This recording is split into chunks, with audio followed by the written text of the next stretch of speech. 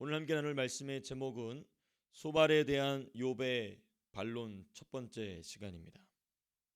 소발에 대한 욥의 반론 첫 번째 시간, 소제목으로는 한탄과 선포입니다. 한탄과 선포. 우리가 욥기를 계속해서 묵상하면 묵상할수록 무엇을 발견하게 되는가? 하나님을 안다는 것에, 인간이 하나님을 안다는 것에 부정확함, 부정확함이 무엇인지, 그리고 그 부정확함에 틈타 역사하는 이 마귀의 일이 얼마나 사람으로 하여금 허무하게 만드는지를 발견하게 합니다. 지금 욥도 그렇고 세 친구들도 그렇고 다 자신들이 동원할 수 있는 최대한의 경험과 지식을, 철학을 동원해서 말합니다. 문학적 그 탁월성을 보여주면서 이야기합니다. 그러나 건질 게 없죠. 건질 게 없습니다. 저와 여러분들의 인생에서 우리들의 말이, 이러한 말이 사라져야 될 줄로 믿습니다. 건질 게 없는 말은 마귀가 틈탑니다. 우리가 사무엘이 그렇게 얘기하죠. 자기가 한 말이 땅에 떨어지지 않게 하여 주시옵소서. 저와 여러분들의 말이 그렇게 되길 바랍니다. 저와 여러분들의 생각이, 마음이, 행동이 땅에 떨어져서 썩어 없어질 것이 아니라 하늘로 솟아올라서 주의 보좌에 상달되고 주님이 그 말을 받으시고 그 말대로 이루시는 역사가 저와 여러분들의 개개인의 인생 되기를 축복합니다. 특별히 우리 아이들 그렇게 되기를 바라요. 특별히 우리 아이들. 자, 오늘 본문 말씀을 크게 두 부분으로 나눠서 살펴보고자 합니다. 우리 1절에서부터 6절까지가 전반부이고, 후반부 두 번째는 7절에서부터 12절까지 말씀입니다. 첫 번째 1절에서부터 6절까지는 세 친구의 말을 듣고 한탄하는 욥의 말이 기록되어 있습니다. 지금은 이 소발의 말을 듣고인데, 사실상 소발의 말뿐만 아니라 엘리바스나 빌닷, 나머지 그 두 친구들의 말을 통틀어서 듣고 난 뒤에 욥이 한탄하는 것입니다. 여러분, 우리는 한탄하지 않도록 조심해야 됩니다. 한탄은 성령이 기뻐하지 않으시는 일이 한탄하는 거 우리가 한탄하지 아니하고 우리가 기도해야 될 줄로 믿습니다. 한탄하지 아니하고 감사해야 될 줄로 믿습니다. 너무나 중요한 이 자세인데, 욥이 한탄합니다. 먼저 2절에서부터 3절 보시면 욥의 한탄, 첫 번째 한탄이 뭐냐면 친구들에 대한 한탄입니다. 2절에서도 3절. 너희만 참으로 백성이로구나. 너희가 죽으면 지혜도 죽겠구나. 굉장히 감정적 표현이죠. 욥은 세 친구들의 말이 자신들을 참된 백성이고 자신들을 참된 지혜자로 여기고 있음을 지적해요. 그렇죠? 지금 보면 너희만 참된 백성이구나. 너희만 참된 지혜자국이구나. 욥의 친구들의 이러한 말은 욥이 지적한 것과 같이 자기를 그렇게 의롭게 여기지 않으면, 자기를 참된 백성으로 여기지 않으면, 자기를 참된 지혜자로 여기지 않으면 할 수 없는 말입니다. 그걸 지금 욥이 탁 지적하고 있는 것이죠. 나아가 3절에 보면 이런 표현이 있습니다. 나도 너희같이 생각이 있어 너희만 못하지 아니하니 그 같은 일을 누가 알지 못하겠느냐. 이 욥은 세 친구들이 말하는 것을 본인도 안다고 얘기해요. 본인도 알 뿐만 안다고 얘기하는데, 특별히 하나님은 죄인을 징계하시고 심판하신다. 그리고 욥의 고난은 하나님의 징계와 심판이다. 따라서 욥은 회개해야 된다. 이러한 패턴은 누가 더 잘한다? 욥도 잘한다는 것입니다. 욥은 반복해서 지금 이 말을 계속하고 있어요. 당신들이 하고 있는 말을 내가 잘 알아듣는다. 내가 무슨 말인지 안다. 오히려 내가 더 잘 안다. 그럼에도 불구하고 이 세 친구들은 욥의 이 말을 받아들이지도 아니하고 받아들이지 못할 뿐만 아니라 그 욥의 말 속에 담긴 의도도 전혀 깨닫지 못하고 있습니다. 왜 그럴까요? 왜 그럴까? 왜 그러냐면 그 생각과 마음에 자기의 것으로 가득하기 때문에 그렇습니다. 이 부분이 참 중요합니다. 우리가 욥기를 묵상하면서 이 허망한 말들이 왜 이렇게 지속이 되는가? 이 어마어마한 문학적 표현들이 왜 이렇게 공허하게 우리의 마음속에 들리는가? 왜냐하면 이 말들이 전부 누구의 생각으로 가득 차, 무슨 생각과 마음으로 가득 차 있냐면 자기들의 것으로 가득 차 있기 때문에, 이 세 사람의 이 친구 세 사람의 것들로 가득 찼고, 욥도 마찬가지입니다. 욥도 자기의 것으로 가득 찬 상태에서 말을 하기 때문에 그런 것입니다. 우리가 그러므로 사도행전의 사도들을 보게 되면 자기의 것으로 말 안 합니다. 자기 안에 뭔가가 터질 듯이, 뭔가 자기의 것이 아닌데 자기 안에 뭐 터질 듯이 충만한 것으로 말합니다. 성령이시죠. 저 여러분들이 그렇게 말해야 될 줄로 믿습니다. 아우, 그거 어떻게 이렇게 말해요? 맞아요. 그래서 우리가 기도에 집중해야 될 필요성이 있는 것입니다. 우리 인생의 삶이 바쁘고 우리 인생의 삶이 여러 가지로 할 일이 많다, 맞습니다. 그렇지만은 우리가 정직하게 성령 앞에서 우리의 삶을 돌아본다면 우리가 기도할 시간 있어요. 근데 참 제가 목회자로서 여러분들 막 기도해야 됩니다, 이렇게 제가 막 여러분들을 이렇게 프레스하는 게 과연 열매가 있는가, 그게 과연 좋은 열매를 맺을 수 있는가에 대한 갈등이 항상 있습니다. 그리고 조심스럽게 얘기를 하는 것이죠. 그래도 중요한 것은 기도다. 기도 없이는 이런 유가 나갈 수 없느니라. 기도에는 이런 유가 나갈 수가 없어요. 그래서 저 여러분들이 나의 것으로 가득 차서 말하고 내 것으로 가득 차서 행동하는 것이 아니라 내 안에 계신 성령으로 가득 차서 말하는 그 횟수가 저부터 점점 많아질 수 있게 되시기를 축복합니다. 여러분, 그래서 기도의 자리를 확보하는 것이 저와 여러분들의 인생에 있어서 제일 중요한 일입니다. 제일 중요한 일. 기도 외에는 이런 유가 나갈 수 없다는 주님의 말씀이 우리의 심령 속에 새겨질 수 있게 되기를 바랍니다. 왜냐하면 우리 여러분 보십시오. 세 친구와 욥의 대화 중에 기도가 있나요? 단 한마디도 없어요. 단 한마디의 기도가 없습니다. 아주 중요한 부분을 우리가 살펴봤습니다. 두 번째는 욥의 한탄의 두 번째 뭐냐면 자신의 상황에 대한 한탄입니다. 4절, 5절, 6절인데요. 보시면 4절 보시면 욥이 자신의 상황을 한탄하는데 핵심이 이겁니다. 내가 웃음거리가 되었다, 또 내가 조롱거리가 되었다라는 한탄을 해요.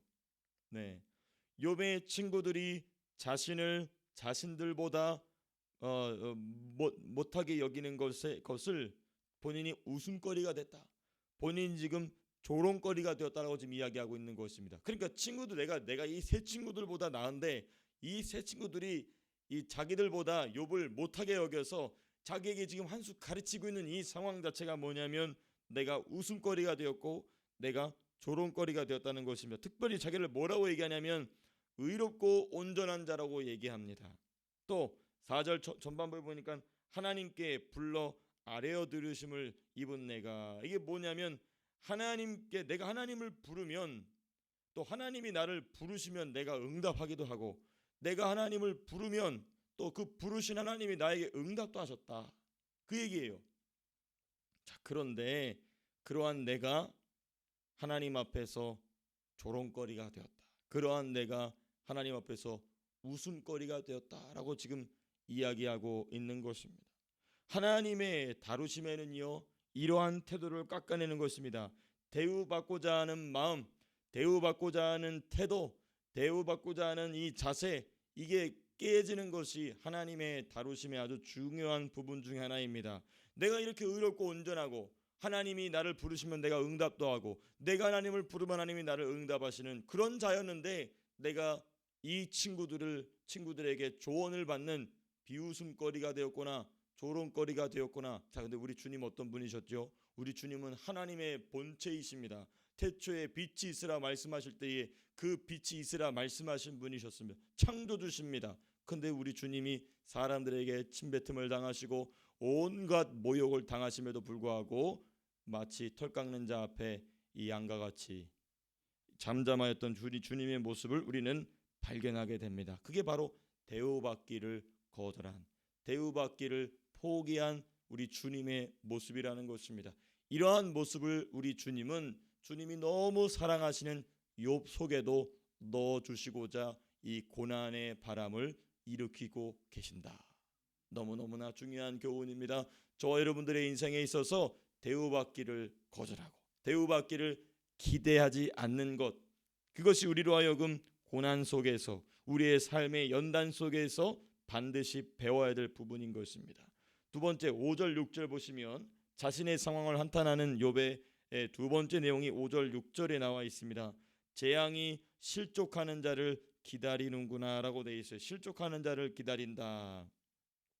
본래는 평안한 자였다고 얘기하죠. 그렇죠? 평안한 자의 마음은 재앙을 멸시하나. 본인이 평안한 자여서 다른 사람의 재앙이나 어떤 재앙을 내가 멸시했다, 신경 쓰지 않았다는 거예요. 근데 이제는 자기가 재앙을 맞이하는 실족하는 자가 되었다라고 지금 이야기하는 것입니다. 본래 본인은 평안했으나 이제는 평안이 사라져버리고 넘어지는 자, 엎어지는 자가 되었다라는 것입니다. 이제 중요합니다. 누가 넘어지게 했느냐, 이 부분이 중요해요. 누가 넘어지게 했느냐. 6절에 나옵니다. 강도의 장막은 형통하고 하나님을 진노하게 하는 자는 평안하니 이는 하나님이 그들의 손에 후히 주심이라. 그의 손에 후히 주심이라. 그러니까 강도의 장막이 형통하는 것은 하나님이 강도의 손에 후히 주셨기 때문이다. 또 하나님을 진노하는 자가 평안한 이유는 무엇이냐? 하나님이 그의 손에 후히 주셨다. 그러니까 지금 5절에 보니까 재앙이 실족하는 나에게 찾아오는데 그 이유는 무엇인가? 6절에서 하나님 때문이다라고 직접적으로 얘기하진 않지만 참 이게 참으로 이 놀라운 문학적 비유죠. 강도의 장막이 잘 된다. 하나님을 진노하게 하는 자는 평안하다. 그 왜 그러냐? 하나님이 그렇게 후히 주셨다. 근데 자기는 후히 주지 않으셨다는 거죠. 오히려 자기를 공격하는 강도를 주님이 보호하셨다. 이 얘기를 하고 있는 겁니다. 그러니까 지금 누구 탓이라는 거예요? 하나님 탓이라는 것을 지금 6절에서 욥도 참 집요한 사람입니다. 이쯤 되면 우리가 깨달아야 될 텐데 참 이게 이제 욥의 모습이 아니라 저의 모습인 것이죠. 우리 각자의 모습인 거예요. 그만큼 우리가 깨닫는 것이 아둔하다. 성령의 음성을 듣는 것이 참으로 우리가 부족하다라는 것을 욥처럼 훌륭한 인생을 살았던 사람도 그렇죠. 그럴 정도로 하나님 음성을 듣는 게 어렵다면 우리는 얼마나, 제가 우리라고 여러분들 다 끌고 들어가 죄송합니다. 나는 얼마나 못 듣겠는가, 얼마나 나는 하나님 음성을 듣지 못하는가, 이것을 우리가 발견하게 됩니다. 그러므로 우리는 제가 서두에 말씀드렸지만 고난 중에도 하나님을 원망하지 않는 비결을 터득해야 됩니다. 고난 중에도 하나님을 원망하지 않는 비결. 바울도 뭐라고 했냐면 내가 일체의 비결을 터득했다고 그랬거든요. 그러니까 바울은 그 어느 선을 넘어간 거예요. 그렇죠? 그 신앙의 어떤 중요한 선을 넘어간 겁니다. 뭐냐? 고난을 허용하신 하나님의 마음을 알고 공유하는 게 참 중요합니다. 우리가 고난을 맞이하면은 괴로울 거라는 것을 누가 가장 잘 아실까요? 하나님이 우리보다 더 잘 아십니다. 아버지 되신 아버지 하나님께서 고난을 허용하시면서 우리가 얼마나 고통스러울지를 하나님은 내가 아는 것, 내가 고통을 당하는 것보다 더 잘 아십니다. 그럼에도 불구하고 그 고난을 허용하신 아버지의 마음을 아는 것, 그러면 그 고난 속에서 원망하지 않게 되죠. 이거는 우리가 지식적으로 이렇게 제가 잘 정돈해서 말씀드릴 수 있지만은 지식적으로 잘 정돈해서 우리가 아는 것과 그 현실에 들어가서 그걸 그대로 하는 것은 천지 차이라는 것을 우리는 중요하게 명심해야 됩니다만은, 그러므로 성령으로 우리는 예수 그리스도와의 고난과 죽음의 연합에 평소에부터 훈련하는 것 너무나 중요합니다. 이게 바로 고난을 허용하신 하나님의 마음을 알고 공유할 수 있는 첩경이다, 지름길이다라는 것을 우리가 이 말씀을 통해서 살펴보게 됩니다. 자, 우리 오늘 본문의 두 번째 부분입니다. 7절에서부터 12절까지인데요. 자연과 사람의 하나님 선포를 쭉 기록이 되어 있습니다.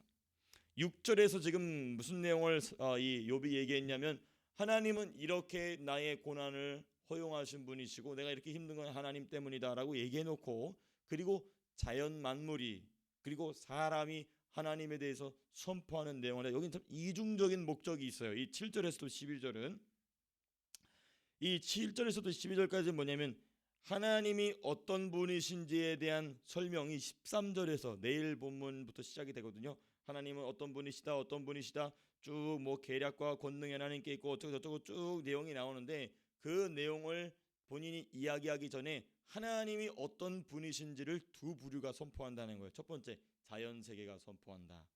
두 번째, 사람이 선포한다. 근데 그 사람은 누구냐면 자기 본인입니다. 하나님이 어떤 분이신지를 선포하려는 그 존재가 두 부류인데, 하나는 자연세계고 또 다른 하나는 사람인데, 그 사람은 곧 욥 본인입니다. 그리고 13절부터 하나님은 어떤 분이시다 쫙 이야기를 해나가는 거예요. 자, 그런데 여기는 이중적인 목적이 있어요. 하나님이 어떤 분이신지에 대한 설명에 앞서서 하나님이 어떤 분이신지를 선포하는 말하는 두 부류를, 즉 문학적 비유로 표현한다 제가 말씀드렸죠. 여기는 두 가지 이유가 있습니다. 먼저 이 세 친구들이 욥을 정죄하는 중요한 근거 중에 하나가 뭐냐면, 욥 너는 우리만큼 하나님을 모른다는 거거든요. 하나님을 모르기 때문에 너가 지금 회개를 안 하고 있다, 지금 이 주장을 하고 있는 겁니다. 그러니까 욥이 지금 하나님의 하나님 되심을 선포하는 두 부류의 존재를 이야기하는 첫 번째 중의적 목적의 첫 번째 목적은 뭐냐면, 야 너네만 하나님을 아냐? 나도 하나님을 안다, 그 얘기예요. 자, 그 다음 두 번째가 참 안타까운데요. 왜냐하면 이 맥락을 살펴보면 6절 다음부터 7절이 시작되지 않습니까? 6절의 내용이 뭐였냐면 자신에게 고난을 허락하시는 분이 누구였죠? 하나님입니다. 그런데 그 고난을 허락하신 분이 하나님이시라는 것을 자연도 얘기하고 있고 나도 얘기한다는 얘기를 지금 하고 있는 겁니다. 조금 어렵죠. 이게 문학적 수사이기 때문에 중의적인 중첩적인 이중적 표현이 계속 나오는데, 첫 번째는 친구들에게 나도 하나님을 안다는 얘기를 하기 위해서, 두 번째 뭐냐, 내가 당하는 고난을 나만 아는 게 아니고 자연세계도 알고 사람도 안다. 근데 그 사람도 본인이다, 그 얘기죠. 네. 자, 그럼 이제 우리 7절부터 9절까지가 자연세계의 선포입니다. 거기 보시게 되면 뭐 여러 가지 짐승이 나옵니다. 자연세계 선포대 땅의 짐승, 공중의 하늘의 새, 또 바다의 고기 등이 쭉 나옵니다. 근데 여기서 중요한 표현이에요. 물어보라, 내게 가르치리라. 또 공중의 새에게 물어보라, 또한 내게 말하리라. 8절 보니까 땅에게 말하라, 땅에게 물어보라는 얘기예요. 땅이 너한테 가르치리라. 바다의 고기도 너한테 설명하리라. 쭉 얘기를 해요. 무엇에 대해서 설명하느냐, 하나님이 어떤 분이신지에 대해서 쭉 설명하는데, 이게 다 문학적 표현입니다. 그렇죠? 욥은 세 친구들이 짐승, 새, 고기들에게 물어보라고 세 번이나 요청합니다. 문학적 표현입니다. 근데 여기 아주 중요한 의미가 있어요. 욥은 세 친구들이 말하는 하나님의 하나님 되심에 대한 그 주장은 자연 세계의 생명체들도 알고 있을 내용을 자랑하듯이 말하고 있는 것을 지금 책망하는 거예요. 그거는 자연 세계에 있는 짐승들도 아는 얘기를 너희가 나한테 얘기하고 있느냐라고 지금 이야기하고 있는 거예요. 자, 근데 조금 더 우리가 깊이 있게 보게 되면 이 세 친구들의 주장은 일반 계시에 근거한 것이라는 얘기입니다. 일반 계시에 근거한 것으로 그들의 주된 주장인 권선징악, 그렇죠? 하나님은 선한 자를 복 주시고 악한 자를 징계하신다, 벌 주신다라는 이 권선징악의 개념은 세상의 도덕이나 세상의 종교들도 하나님이 주신 일반 계시로 알고 있는 바입니다. 그렇죠? 근데 그것은, 그러니까 지금 욥이 세 친구들의 주장을 저 하늘의 나라의 새도 알 수 있다라고 얘기한 것은 그만큼 쉬운 내용을 나한테 가르치지 말라라는 말도 되지만, 동시에 무슨 얘기냐면 그건 일반 계시의 측면이라는 겁니다. 일반 계시의 측면이다. 즉 욥은 무엇을 이야기하고 있느냐면, 욥은 일반 계시를 넘어서 특별 계시를 지금 하나님께 여쭙고 있다라는 얘기를 지금 하고 있는 겁니다. 물론 욥이 특별 계시라는 것을 알고 물었는가? 그것처럼 알고 물었다고 보이진 않아요. 그러나 욥이 하나님께 요청하고 있는 내용과, 그리고 이 욥의 세 친구가 욥을 향하여 지속적으로 공격하는 내용은 우리가 계속 보듯이 무엇인가 지금 말귀가 서로 알아맞지 않고 있습니다. 그렇죠? 왜냐하면 욥은 나에게 고난을 주신 하나님의 구체적인 목적을 물어보고 있는데, 세 친구들은 계속해서 권선징악의 개념, 곧 일반 계시 안에서도 충분히 일반 사람들도 알만한 내용으로 욥을 지금 공격하고 있거든요. 그러니까 지금 이 부분을 지금 우리가 이 말씀을 통하여서 지금 발견하게 되는 것입니다.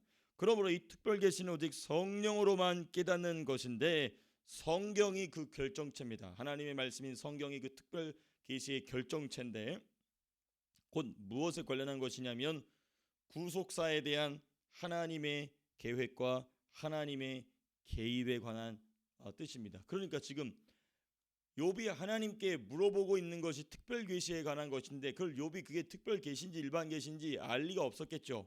그런데 욥이 물어보고 있는 그 내용은 뭐냐면 하나님이 욥이라는 한 개인의 구속사를 이끌어 가실 때에 어떤 목적과 어떤 뜻으로 개입하고 계신지에 대한 뜻을 물어보고 있는 내용이라는 것입니다.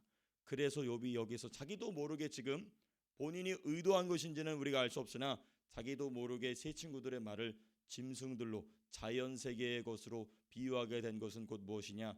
그들의 말이 어디의 것이기 때문에 일반 계시의 것이기 때문에 이렇게 이야기했다라는 것을 저는 이 말씀을 통해 조금 더 깊이 있게 살펴봤습니다.